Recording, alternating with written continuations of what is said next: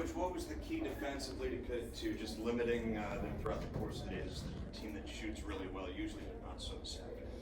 Well, I thought we just needed to speed them up and just kind of disrupt them. When they're in the flow, their offense looks pretty good. I mean, it looks unstoppable because they have people that can drive it, they have people that can stretch the floor out, shoot threes, and they have, bigs that can score in the paint. I just thought we made it really tough for them. And it started with just the pressure that we tried to put on their point guard. And I thought Iwuzu had a really good game. I mean, she controlled the tempo for them. But just over the course of 40 minutes, I just thought that our pressure bothered them. If you kind of go back and look at the game, it bothered them to a certain extent.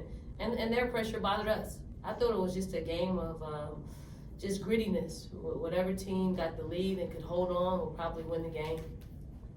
Coach, what did you think of your team's poise throughout the game? Anytime Maryland made a run, it seemed like someone got to the line to get a bucket to kind of ease things, and they got to stop. Mm-hmm. Well, I mean, we have a seasoned point guard that's been, she's been around the block a few times, and obviously the young players, they listen to her.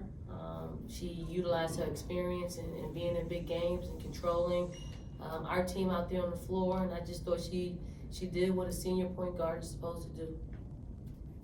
What about Boston in the middle? Really gives you the defensive, edge right there. They could not drive. Either she was altering the shots, blocking them, or making them miss.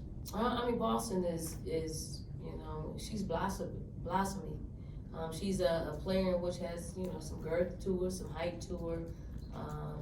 I really, just in recruiting her, I didn't realize she was that much of a shot blocker. I thought she blocked shots because she was big, but she actually has there's a knack to it. And she does a really good job keeping the ball in play and just staying long on people. And I thought they would probably go at her a little bit more just to see if they could get her in foul trouble. But I thought she did a great job not fouling and staying in plays and altering shots. Did your freshmen surprise you at all in how they handled such a massive kind of leap in competition? I don't know if they surprised me. They were really up for the challenge. Like I felt really comfortable with their body language, what they were saying, their swagger, if you will.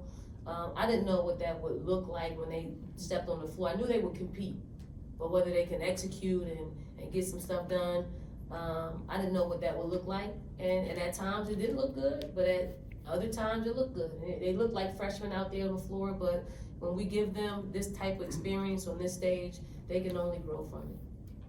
Leah with 5 blocks in the first half, none in the second, but do you think she kind of made that impact?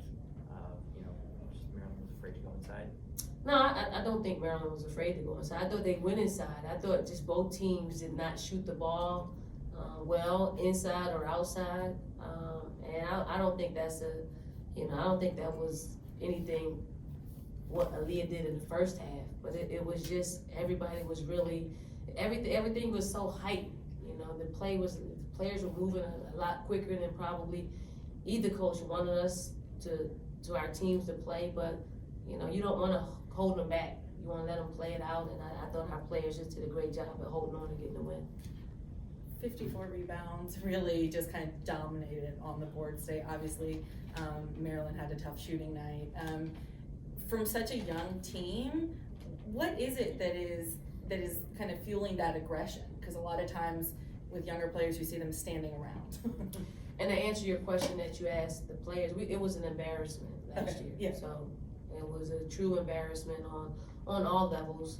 I mean, the young players that we have, they've played at the highest level. They played for USA Basketball. They won gold medals. So they understand the stage that they were going to play in. It was just, a different show. They are highly competitive individuals. They're driven individuals, and obviously they like to win, and they'll do anything in their willpower to win. And I like the fact that they're on our side of the ball. What'd you see from Bree Bill today? I love Bree Bill. I love Bree Bill because she is, she's utility. whatever you need, she provides.